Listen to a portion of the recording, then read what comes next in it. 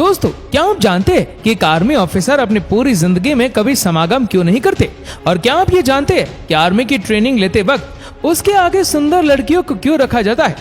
दोस्तों, Indian army एक ऐसा नाम है जिसकी जितनी तारीफ की जाए उतनी कम है। एक आर्मी ऑफिसर की लाइफ चुनौतियों से भरी रहती है, जो कभी भी अपने देश के लिए अपनी जान तक को न्यौछावर करने को तैयार रहते हैं। शायद तभी सरकार भी इन्हें हर वो मुमकिन सुविधाएं देती है जिससे एक आर्मी ऑफिसर अपनी लाइफ को बेहतर बना सके। आज के इस वीडियो में हम आपको उन सभी सुविधाओं और फैसिलिटीज के बारे में बताने वाले हैं जो सभी इंडियन आर्मी ऑफिसर्स को भारतीय सरकार द्वारा दी जाती है। तो चलिए शुरू करते हैं इस वीडियो को। दोस्तों, 2020-21 में भारत का डिफेंस बजट 4,78,000 करोड़ रुपए था और इसमें से 1,40,000 करोड़ आर्मी के एक्स ऑफिसर्स को सिर्फ पेंशन के तौर पर ही दिए गए थे। दोस्तों, ये तो आर्मी के एक्स ऑफिसर्स को मिलने वाली सुविधा का एक छोटा सा पार्ट था। आगे तो हम आपको उनको मिलने वाली उन सभी सुविधाओं के बारे में बताएंगे जिसके बारे में जानने के बाद एक आर्मी ऑफिसर का सम्मान आपकी नजरों में और भी ज्यादा बढ़ जाएगा। Number 1, canteen stores department. दोस्तों, भले ही इस डिपार्टमेंट का नाम CTS हो, लेकिन यहाँ ऐसी चीजें मिलती है जिसके बारे में एक आम आदमी जानकर तो शायद हैरान ही रह जाए। यहाँ पर खाने के अलावा ग्रोसरी की भी सभी आइटम के साथ साथ गाड़ियां तक मिलती है। अब दोस्तों, अगर आप सोच रहे हैं कि ये फैसिलिटीज आर्मी ऑफिसर्स को कब से मिल रही है, तो आपको बता दें ये सुविधा हमारे जवानों को तब से मिलती आ रही है जब भारत आजाद भी नहीं हुआ था। जी हाँ, इस सुविधा को सन 1920 में शुरू किया गया था। तब इसका नाम द आर्मी कैंटीन बोर्ड रखा गया था, लेकिन तब यह डिपार्टमेंट थोड़ा अलग तरीके से काम करता था। उस वक्त इस डिपार्टमेंट का काम भारत में रह रहे अंग्रेज सैनिकों को खाने पीने की सभी सुविधाओं को प्रदान करना था। लेकिन वक्त के साथ माहौल बदला और इसके तर्ज पे ही 1 जनवरी 1948 को कैंटीन स्टोर्स डिपार्टमेंट को लॉन्च किया गया, जिसका मकसद था देश के सभी जवान, फिर चाहे वो एक्स सर्विसमैन हो या करंट सर्विसमैन, इनके साथ ही इनके घर वालों को भी रोजमर्रा की जिंदगी में इस्तेमाल होने वाली सभी चीजों को कम दाम में उपलब्ध करवाना। दोस्तों, आपको बता दें इस डिपार्टमेंट को संभालने का काम मिनिस्ट्री ऑफ डिफेंस करती है, जिन्होंने पूरे देश में कैंटीन स्टोर्स डिपार्टमेंट के करीब 33 एरिया डिपोज बनाए हुए जो किसी गोडाउन की तरह ही काम करते हैं। इन्हीं सभी डिपो से एरिया के मांग के हिसाब से देश भर में मौजूद 3500 URC यानी कि यूनिट रन कैंटीन में बल्क में सामान सप्लाई किया जाता है, जहां से हमारे देश के जवान और उनके परिवार वाले house hold provisions, kitchen appliances, alcoholic drinks, vehicles और स्पोर्ट्स इक्विपमेंट समेत कुल 2800 आइटम्स तक अपने घर ले जा सकते हैं, वह भी अच्छे खासे डिस्काउंट में। इसी के साथ ये सभी 2800 आइटम्स टैक्स फ्री भी है। आर्मी ऑफिसर्स के लिए यहाँ पर शॉपिंग करना बहुत ही आसान होता है। बस उन्हें अपना मिलिट्री ID कार्ड दिखाना होता है, जिसके बाद उन्हें इन कैंटीन्स में बड़ी ही आसानी से शॉपिंग करने को मिल जाती है। अब यहाँ ऑफिसर्स 50,000 से 1 लाख तक की शॉपिंग आराम से कर सकते हैं, लेकिन ये अमाउंट अलग अलग रैंक के ऑफिसर्स के लिए अलग अलग होता है। Number 2, everyday things. दोस्तों, इंडियन गवर्नमेंट आर्मी ऑफिसर्स के इलेक्ट्रिसिटी बिल्स, टेलीफोन बिल्स और यहां तक कि उनके वाईफाई तक का खर्चा भी उठाती है, और इसमें सेना के जवान के साथ साथ उनके घर परिवार वाले भी शामिल होते हैं। जी हाँ, इंडियन गवर्नमेंट जितनी भी फैसिलिटीज एक आर्मी ऑफिसर को देती है तो उसमें बाय डिफॉल्ट उनका घर परिवार भी शामिल हो जाता है। वैसे इंडियन गवर्नमेंट आर्मी ऑफिसर्स के बच्चों को टॉप क्लास स्कूल्स और कॉलेज में पढ़ने का मौका भी देते हैं।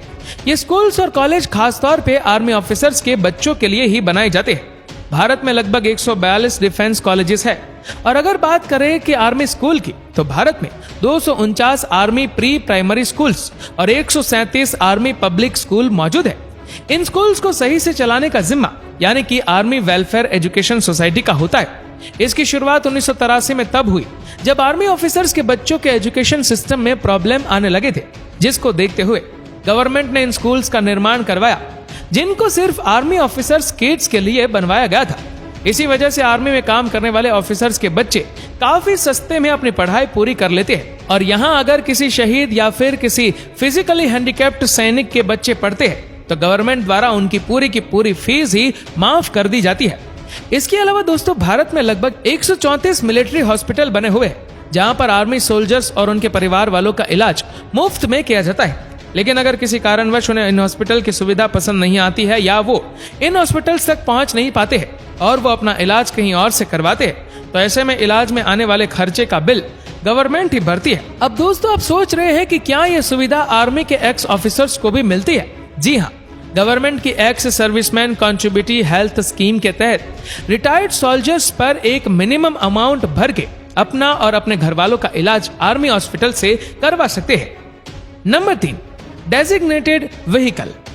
दोस्तों, क्या आप जानते हैं कि आर्मी ऑफिसर को एक डेजिग्नेटेड व्हीकल भी दी जाती है? जी हाँ, एक आर्मी ऑफिसर को उसके रैंक के हिसाब से एक डेजिग्नेटेड व्हीकल दी जाती है, जैसे मिलिट्री ऑफ डिफेंस के अंडर रजिस्टर किया जाता है। इसके अलावा इन व्हीकल्स को मेंटेन करने का खर्च और यहाँ तक कि इनके अंदर पेट्रोल या डीजल डालने का खर्च भी सरकार अपनी जेब से ही देती है।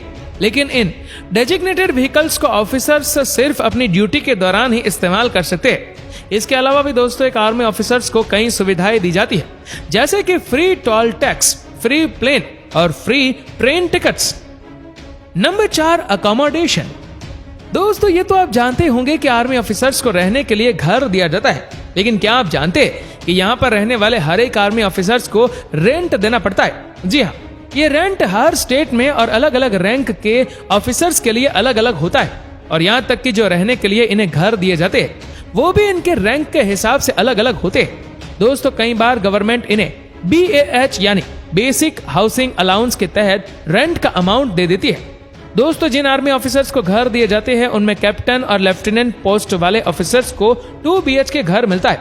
वहीं उनसे ऊंची पोस्ट जैसे मेजर, ब्रिगेडियर और बाकी हाई रैंक ऑफिसर्स को बंगलों में रहने की फैसिलिटीज दी जाती है। लेकिन दोस्तों, इन्हें बंगलों के साथ साथ हाउस हेल्प के लिए अलग से पैसे भी दिए जाते हैं। आपको बता दें, ये सारे घर और बंगलो ज्यादातर कंटेनमेंट एरिया में ही होते, जिन्हें खास तौर पर आर्मी ऑफिसर्स और उनके घर वालों के लिए ही बनाया जाता है।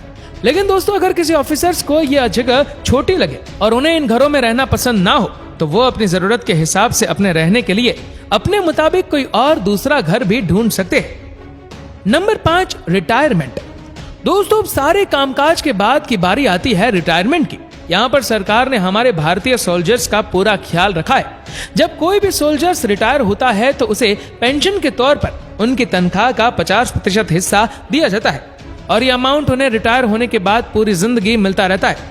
लेकिन इसके लिए एक ऑफिसर्स को 20 साल तक अपने देश की सेवा करनी पड़ती है। लेकिन अगर किसी रिटायर्ड ऑफिसर्स की मौत हो जाती है तो उनके घर वालों को उनके पेंशन का 30% हिस्सा दिया जाता है। लेकिन अगर कोई ऑफिसर ड्यूटी के दौरान शहीद होता है तो उसके पोस्ट और रैंक के हिसाब से गवर्नमेंट उनके घर वालों को एक अमाउंट देती है। इसके अलावा भी जो ऑफिसर्स रिटायर हो जाते हैं उन्हें पेंशन के साथ साथ CST और अकोमोडेशन से लेकर कंट्रीब्यूटरी हेल्थ स्कीम तक के इन सभी फैसिलिटीज को इस्तेमाल करते रहने का हक दिया जाता है। इसके अलावा अगर दोस्तों कोई सैनिक 60 साल से पहले रिटायर हो जाता है तो गवर्नमेंट उन्हें पैसे कमाने के कई और मौके भी देती रहती है, जिसको ध्यान में रखते हुए गवर्नमेंट ने सन 1979 में एक लॉ बनाया था, जिसके अकॉर्डिंग एक्स सर्विसमैन और रिटायर्ड ऑफिसर्स के लिए अलग अलग गवर्नमेंट सेक्टर्स में अलग से सीट्स रिजर्व रखे जाते हैं, जिसमें ग्रुप C पोस्ट के लिए 10% सीट्स होती है, जो अक्सर क्लार्क जॉब्स के लिए होती है। वहीं ग्रुप D के लिए ये सीट्स 20% तक होती है। लेकिन दोस्तों, इतनी सारी फैसिलिटीज होने के बाद भी कई आर्मी ऑफिसर्स को आज भी इनका फायदा उठाने के लिए कई मुश्किलों का सामना करना पड़ता है। इस समय इंडियन आर्मी में लगभग 14,50,000 एक्टिव सोल्जर्स मौजूद है। वही दोस्तों, अकोमोडेशन के लिए देश में सिर्फ 62 कैंटोनमेंट एरियाज है। ऐसे में आप ही सोचिए कि देश में इतने ज्यादा सोल्जर्स है और उनके हिसाब से घर कितने कम है। ये इकलौती समस्या नहीं है, इसके अलावा भी उन्हें कई प्रॉब्लम्स को फेस करना पड़ता है और इनके साथ साथ इनके घर वालों को भी कई प्रॉब्लम्स का सामना करना पड़ता है। जैसे कि अगर किसी सोल्जर्स के बार बार पोस्टिंग बदलती है तो कई बार उनके घर वालों को भी बार बार घर बदलना पड़ता है।